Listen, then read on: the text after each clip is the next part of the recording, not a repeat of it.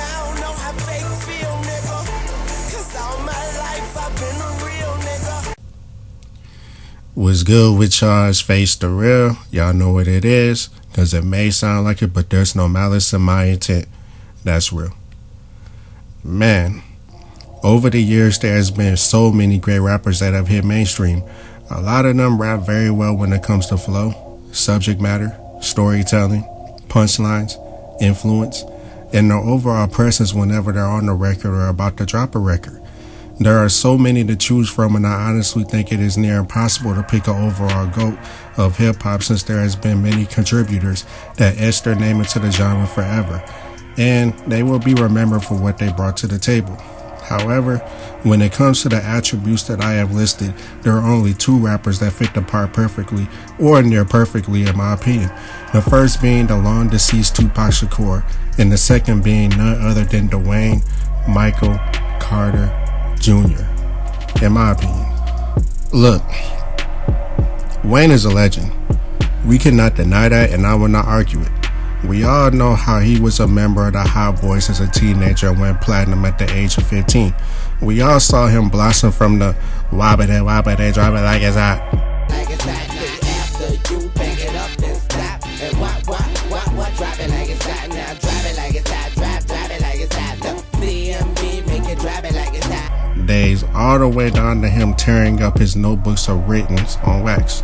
Then we proceed to hear stuff like, check my swag, I travel like sound dog. You play hard and I'm gravel like ground dog. I'm underground, call me groundhog. Lay down laws, call me ground law.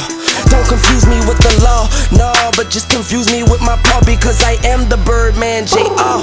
I ain't trippin', nigga. I play the corner like Ripkin, nigga. With the 40 cal Ripkin, nigga. Ripper, nigga. Niggas talking about me, but they ain't talking it at me. Cause if they talking it at me, then I'm just talking to cactus. All that talking is pussy. Bitch, you better make your words strong, cause this shit getting chiseled on your tombstone. It's about money, it's bigger than me. I told my homies don't kill him, bring the nigga to me. Yeah, don't miss, you fucking with the hitman. Kidnap a nigga, make him feel like a kid again. Straight up, I ain't got no conversation for you. Nigga, talk to the Cannon. Yeah, have a few words with the Cannon. Yeah, tell it to my motherfucking Wayne was cold, man. He still is, but damn, man. Memories. He only got better from there. And fortunately for us, but unfortunate for the rap game, he would only get better from here. If the Carter started the conversation of Wayne being taken serious, the Carter too was a swift haymaker to everybody participating in the conversation. Stepping at the motherfucking call, day and out. I'm looking like a star, bitch. When you see me make a wish. Around this time, he already had a slew of solo mixtapes as well as group mixtapes from his squad of days. But the dedication and drop tapes made everybody just stop and look at Wayne. Dedication 2 and Drop 3 being the most notable mixtape, since it felt like Wayne fully realized his full lyrical prowess and was just having fun. And that's the thing. A lot of the tracks gave you the impression that he was just having fun, since the ad-libs will be littered with laughter and his voice tone oozed so much confidence that left the delivery of these lyrics unmatched at the time. I am magnificent like Marcus. You might wanna fall back like August or late September, whatever you call it. I hit niggas in the head like Varnage. I am talking to no particular audience, but understand I'm the guardian, and understand there won't be no guarding him. You would just get played like an accordion. I don't give a damn if she's bullshit. I keep pussy running like a faucet. She better catch like she Steve Loud shit, because I'm what's up like Martin. Whoa. Check your neck, they ain't a crook like this. From the city where the judge throw the book at kids. Burn in school in my book bag here. Talk stupid at lunch and we having your ribs. If you are not home, then we having your kids. And if you can't come up with half, I send you half of your kid. Back to the ball and extravagant crib. I'm on the toilet watching more than just laughing and shit. Don't know why I get hot, but I get high like every single the day. Hard body motherfucker got the heart of a killer. Young guard in the building, about to start a religion. About to call Bin Laden up and order some missiles. Bring them straight to your block and go to war with you bitches. If you hit the head pin, the rest fall in position. Shoot a nigga on his porch and make him fall in his kitchen. Cop the big boy Porsche with all the specifics. And I keep that torch, baby, call me Olympics. We the service combination and the inspiration is you pussy ass niggas. I just realized y'all can't fuck with me. You never will, bitch ass nigga. We tell baby, believe it. Ha, yay.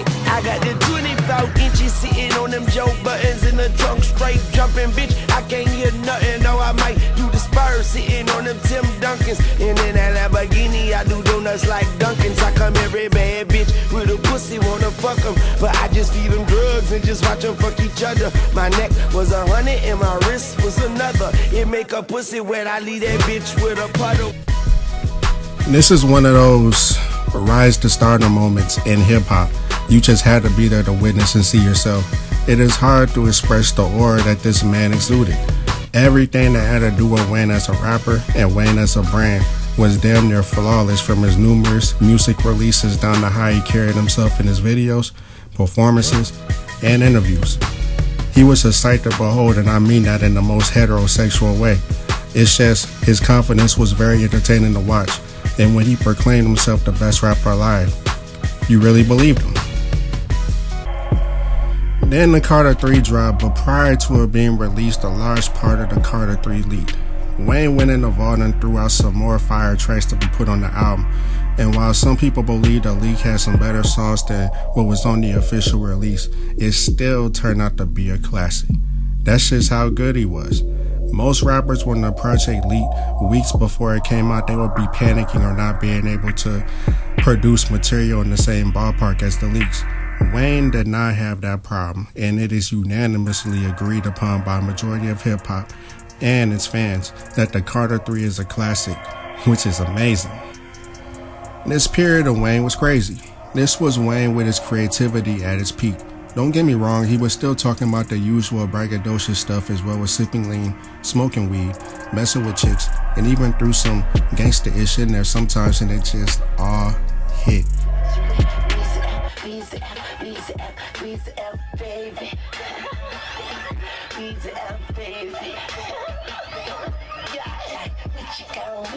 What you gon' do? When Nina Rouse coming, put the pussy on you. You probably still a bird, and I'ma bust you a cherry, and I'ma come through in something so cherry. I'm sitting on Pirellis, pumping Machiavelli. Showed your girlfriend my house, she think I live in a telly. Just started chat, I'm about to take that bitch to LA. Bitch, I never met, I'm about to meet that bitch in LA. Oh, I'm feeling myself. I'm so fly, shawty think I really fly, still snap, so. You have to understand how insane 2008 to 2010 was. On paper, Wayne only released the Carter 3, Rebirth, No Ceilings, and Dedication 3, but he absolutely flooded the landscape with features. It was to the point where Vibe had an issue listing all of Wayne's top 100 charting songs in like 2008, and the year wasn't even over yet. He was everywhere. But the thing is, if you enjoyed rap and hip-hop back then you knew that majority of it was straight fire, or it was just hotter than the competition at the time. I always say that 2005 through 2011 was Wayne's documented metamorphosis into a superstar until he became a megastar by the end of that time period. However, 2008 through 2010 was where he was absolutely the hottest in the game, and there was no dispute. And the fact that he was killing 90% of everything he dropped, with the remaining 2% being just hot in comparison, it was truly a sight to behold and an era to live in. Around this time, he would drop Rebirth, a rock-inspired album that received mixed reviews. Although the album has some of my favorite tracks by him, like Drop the World featuring Eminem, Ground Zero, On Fire, Running featuring Chanel, and Knockout featuring Nicki Minaj, those were mostly singles, with the rest of the album being kinda or bad in my opinion. Then I remember hearing Dedication 3. While not my favorite dedication due to the auto-tune, it still has some nice cuts on there like Dick Pleaser and Magic. After that, he would follow this up with No Ceilings, which was and still is highly acclaimed, since most hip-hop fans agree it's one of his best projects, as well as a GOAT level mixtape. He also dropped a decent tape called I Am Not a Human Being that also has some of my favorite tracks by Wayne, from Gonorrhea featuring Drake, right above it featuring Drake, which happens to be my favorite Wayne and Drake collab personally, Bill Gates, and my personal theme song for many years, Single. I liked the tape a lot at the time, and although it wasn't his best and it was a bit short, it only had one skip for me at the time, which was ironically the title track.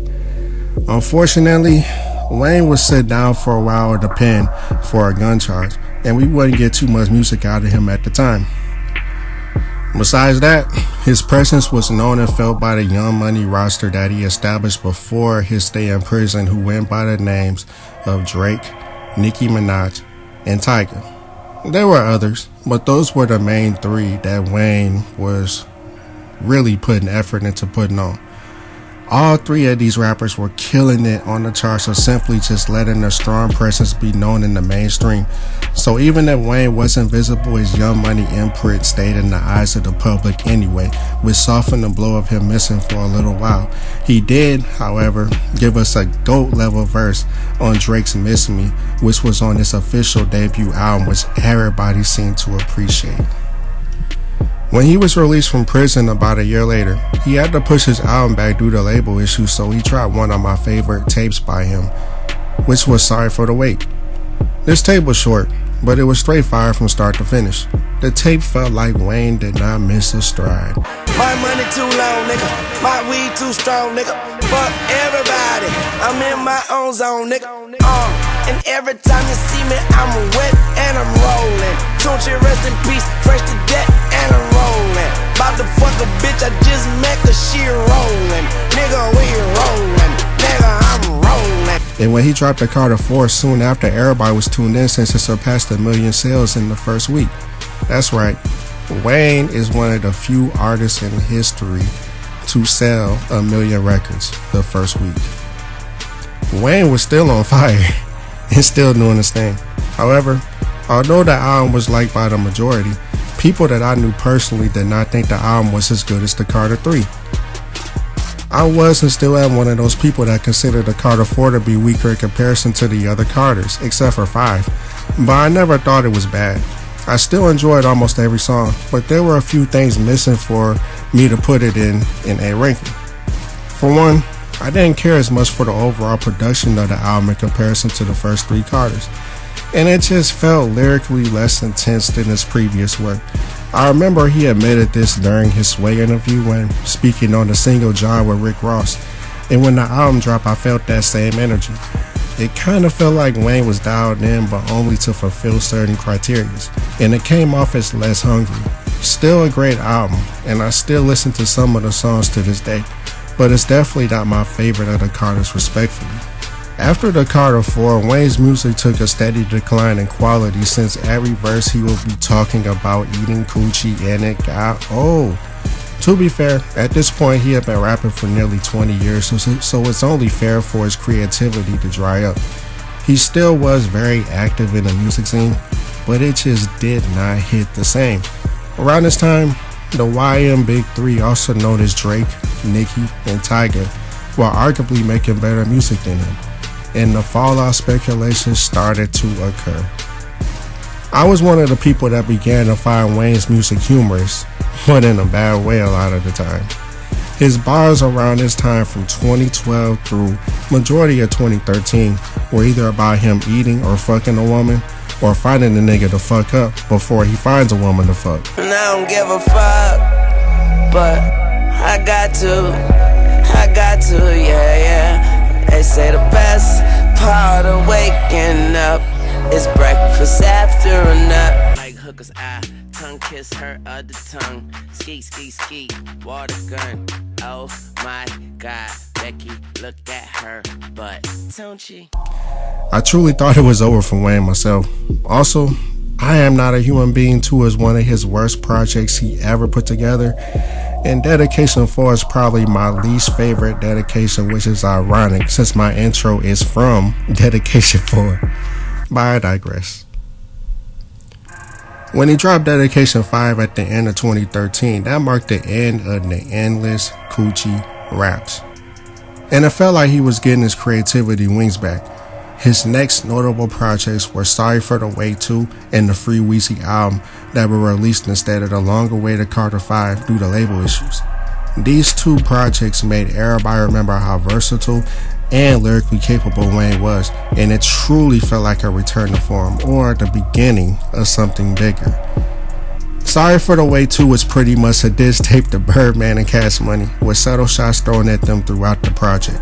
Wayne was doing something with his voice to make it high-pitched, which, looking back, sounded a bit jarring, but since he was spitting very well over popular instrumentals at the time, it balanced it out. This is actually one of my favorite tapes by Wayne, and I revisit songs like Coco, Selsun Blue, Holly Weezy, and You Guessed It more often than I would admit, so it was a fun listen. With the Free Weezy album, it felt like Wayne was back in his creativity bag and was back in rare form when it came to flowing punchlines. I remember really enjoying the project from start to finish, and even though he had bars about selling his soul on here, Fuck it, I'm making money before making changes. I sold my soul to the devil, he bought it and exchanged it. he also detailed what happened on the day he got saved by a white police officer after he shot himself as a child. Glory is an all-time favorite Wayne track and one of my favorite intros in his career as well. When the Carter 5 finally dropped, it was appreciated, but admittedly, this is my least favorite Carter for personal reasons. Wayne did have some vulnerable tracks on there, but due to it being in the vault for years, some of the features felt dated, like having Ashanti on there. No disrespect to her. I have a lot of respect for her. It's just no diss to her, for real. I gotta repeat that. It says she was a 2000s R&B artist that hadn't and still doesn't make music anymore, so it just made the song sound kinda old off of that principle, in my opinion. Wayne's next project, Funeral, was okay, but easily his least memorable album for me, and I just do not return to it much, if at all, because I can't remember the last time I listened to a song on there purposely. Wasn't bad, it was just, I don't know, Wayne doing something that we already heard him do before, but he just didn't feel as inspired, if that makes sense. He has released other things since 2020, but it has mainly been features. That's the thing. Wayne has out-rapped or held his own with old school rappers like AZ on The Ritual, all the way down to new school rappers like Polo G on his song Gang Gang. He has always done his thing on his features. And even though Eminem is my favorite rapper, I still think Wayne held his own on all of the features they had together. As you can see, Wayne's output has been consistent for over 2 decades. His style has evolved with the times as well, and he has not shy to work with new or old artists on various forms of production and subject matters. Besides the output, another reason that makes Wayne the greatest is his direct influence over the rappers that came up after him. Wayne ain't no new jack to the game, like I said, you know. He influenced a lot of styles and a lot of sounds, and I could say I was influenced by a certain sound and a flow and the cadence, you know, that he brought to the game, which was very unique. Me being a young boy in the game and listening to him, like, yo, okay, I need to learn this and that, you know, and that definitely was a perspective from that tape. A lot of them got tattoos because of him, grew their hair out because of him, and even though write their lyrics down in hopes of spitting like him. At one point, there were rappers trying to dress like him as well, but to be fair, around that time, Jim Jones had a similar style as well. He has also been to prison for a gun charge, which is almost a prerequisite for a high-profile rapper. He has had his sexuality questioned throughout the years, from the Birdman kiss that went viral in the infancy of the internet, down to him wearing women leopard pants during an award show performance. There were also the ghostwriter allegations thrown out there by Gilly the Kid. The whole period when the nigga Wayne was getting his shit together, I was there. When I got there, it was like wobbly, wobbly, wobbly, wobbly, wobbly, wobbly, drop it like it's hot. Yeah, nigga, then when I left, it was for fucking with the bull. And Wayne's response was a few subtle jabs as well as saturating the market with music. It was a strong message of, okay, you say you wrote that? What about this now? Advance my flow, and they must like that. They like it so much, they say they write that. Barking at the dog, but I don't bite back. I ain't CPR, I ain't breaking their life back. I'm illy, shirt softer than Gilly. In a pair of Gucci flops, feeling freer than Willie. When them niggas left, I got a little bit chilly, but I just let it burn like the end of the Philly. I'm a shark in the water, yeah, I swim with the big, so I don't have time to deal with Willie the squid. Look, lily pad, homies, look at the monster, man. You don't wanna crash like La La La Bamba. As he spit complete fire back to back to the point I was begging him to stop. Through all this, he was spitting fire so people overlooked his shortcomings. While he was a superstar touring the world in his prime, he still made time for his daughter, Regine. And going off of her personal testimony, he's the best father ever. Being a good dad, as busy as he is, shows his character behind the scenes, and you can't do anything else but respect it. Of course, there are other great rappers that came out before and after him, from Jay-Z all the way down to JRD. However, Wayne's output, consistency, and respect among his peers as well as fans supersede them at the moment. This is just my opinion, and keep in mind, I have to remind you, Eminem is my personal favorite rapper ever, but Wayne is simply the best to ever do it over the past 20 plus years. I have to call a spade a spade. Across his 25 plus year career, he has said some of the wildest stuff that has wowed me, and I just had to make this video to give him his flowers. Didn't your mama tell you not to mess with them aliens? I'm just trying to make like a Australian. Dreams of Miss Sarah Palin and Don McCain look like it's hard about to fail them, but scratch that. Young Money, we the greatest. Add another check to my checkers and savings. Add 4 F's to the Wheezy F, baby. Now I'm Wheezy and babe.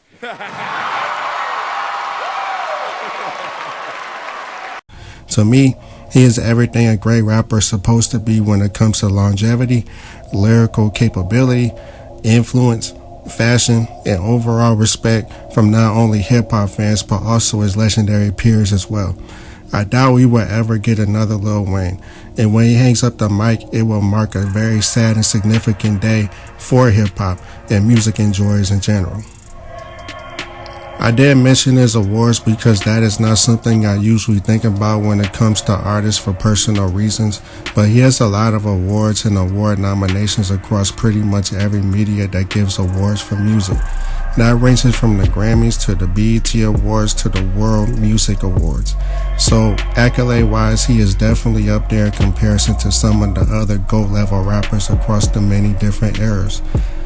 The difference is, Wayne is still rapping while a lot of them left the rap game to pursue other business ventures or simply lost the passion to still make meaningful music. That's why I put Wayne above every other rapper from the year 2000 onwards.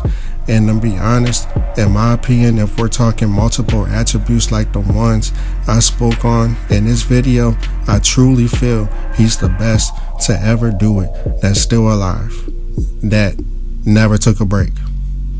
Well, that's about all I have to say today. Do you think Wayne is the best rapper to ever do it since the late 90s? What do you think of Wayne's career from start to finish? Do you like him or dislike him? Who is your personal GOAT or favorite rapper of all time? I'm curious to know what everybody thinks. As usual, I really appreciate everybody that stuck around to hear what I have to say. I would appreciate you even more if you dropped a like, subscribe to the channel if you haven't already, and share this video to your friends and peers. Much love, everybody. Face signing out.